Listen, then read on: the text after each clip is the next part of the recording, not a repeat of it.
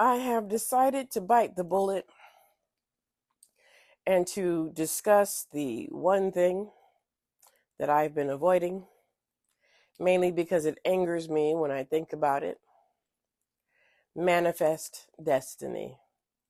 Just saying the word angers me.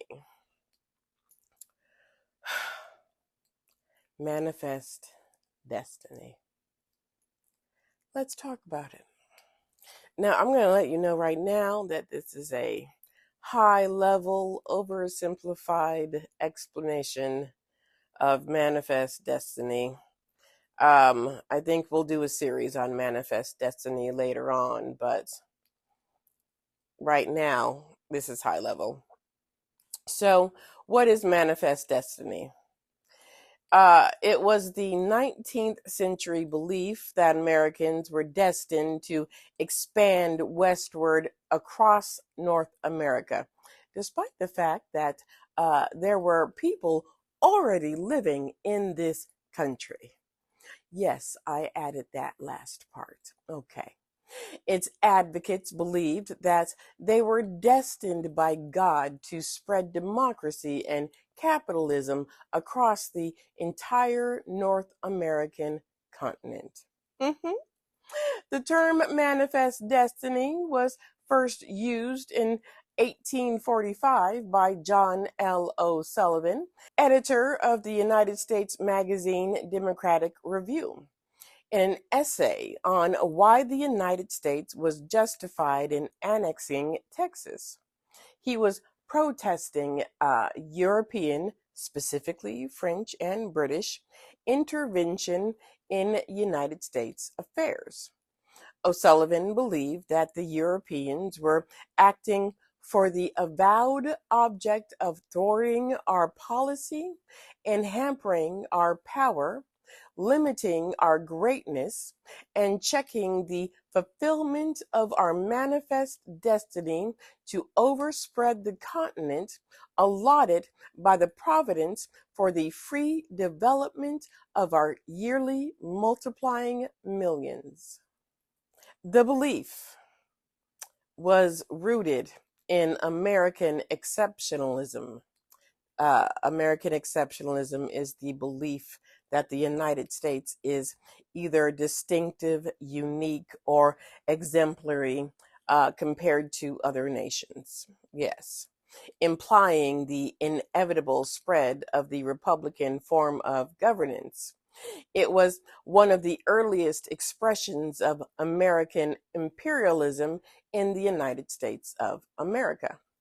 Ooh, I don't want to forget that the term was also used in 1846. Oregon Representative Robert C. Winthrop of Massachusetts, he used the exact same words as our journalist. He said, is by the right of our manifest destiny to overspread and to possess the whole of the continent, which Providence has given us for the development of the great experiment of liberty and federated self-government entrusted to us. The God of nature and of nations has marked it as our own, and with his blessing, we will firmly maintain the incontestable rights he has given and fearlessly perform the high duties he has imposed.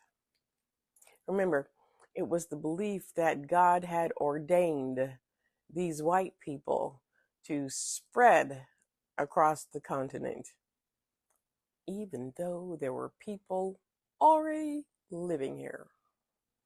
According to historian William Earl Weeks, there were three basic tenets behind the concept: the assumption of the unique moral virtue of the United States, the assertion of its mission to redeem the world by the spread of Republican government and more generally the American way of life, and the faith in the nation's divinely ordained destiny to succeed in this mission.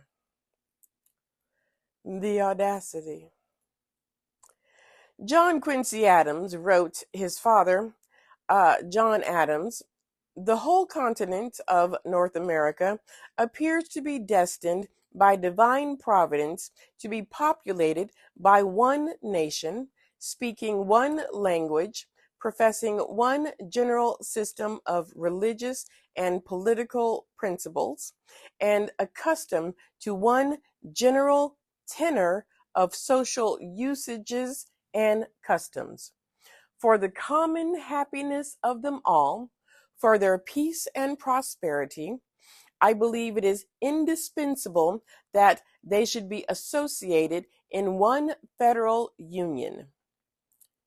Theodore Roosevelt will say something similar, but in a different way, in his America for Americans speech in 1915.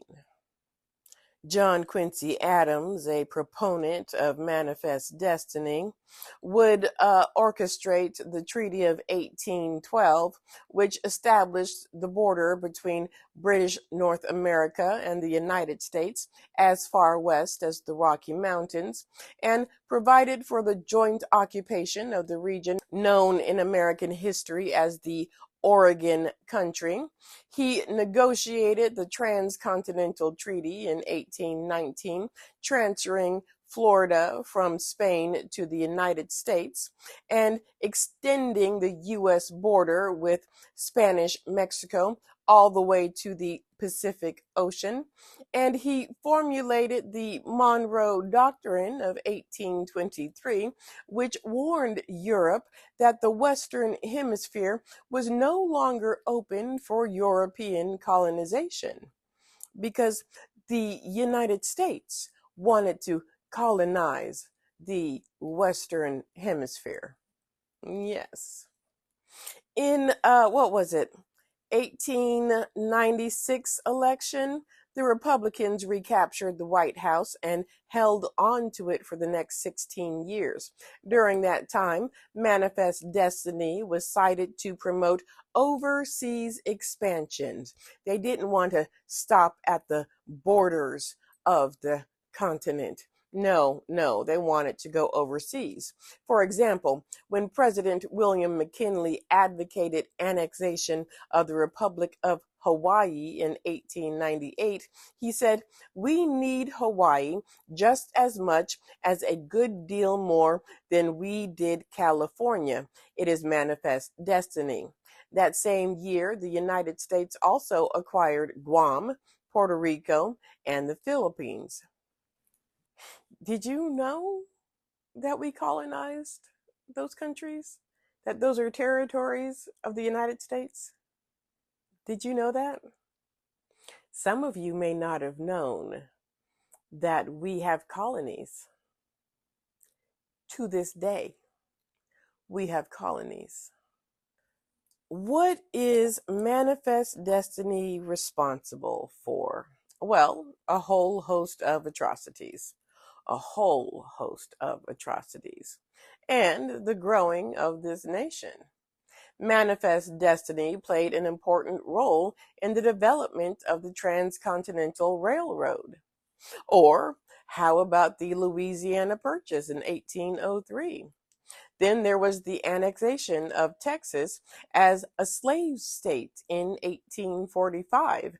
That led to the Mexican-American War that resulted in the U.S. gaining present-day Arizona, California, Western Colorado, Nevada, New Mexico, Texas, and Utah. And in all of that, it led to the expansion of slavery. It led to the massacres of indigenous people. We'll get there. It led to the massacres of Asian people. It was used to justify the 1846 Oregon boundary dispute with the Russians, the Spanish, and British.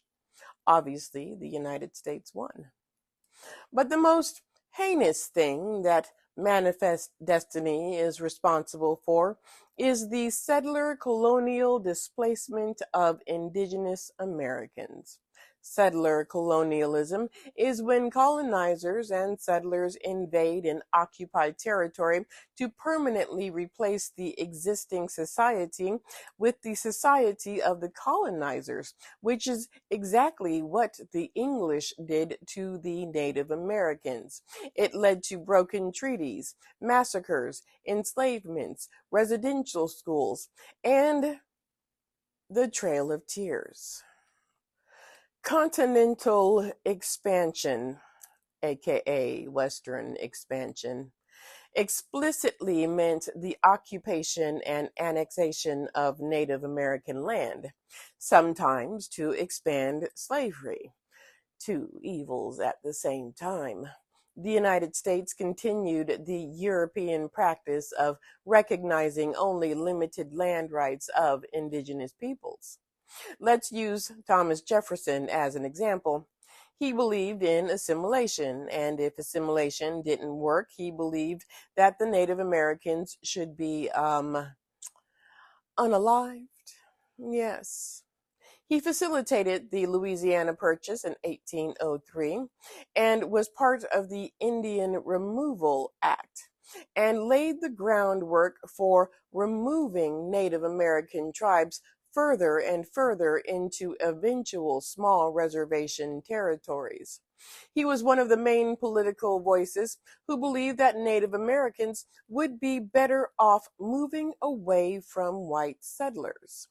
Of course, the Indian Removal Act would be completed with Andrew Jackson in 1830. Jackson would be integral in the Trail of Tears. The Trail of Tears was the forced displacement of approximately 60,000 Native Americans of the five civilized tribes between 1830 and 1850, and the additional thousands of Native Americans within that were ethnically cleansed by the United States government. They were forcibly removed from their ancestral homelands and moved to designated territory west of the Mississippi River after the passage of the Indian Removal Act in 1830. And those numbers are an underestimate. And it's a fancy way to say that they were marched to their death. Manifest destiny is a fancy term for colonization and American imperialism. Colonizers monopolize political power and hold conquered societies and their people to be inferior to their conquerors in legal, administrative, social, cultural, or biological terms. Native Americans had long been perceived as inferior, and efforts to civilize them had been widespread since the days of John Smith and Miles Standish. The Hispanics who ruled Texas and the lucrative ports of California were also seen as backward. At the heart of manifest destiny was the pervasive belief in American cultural and racial superiority.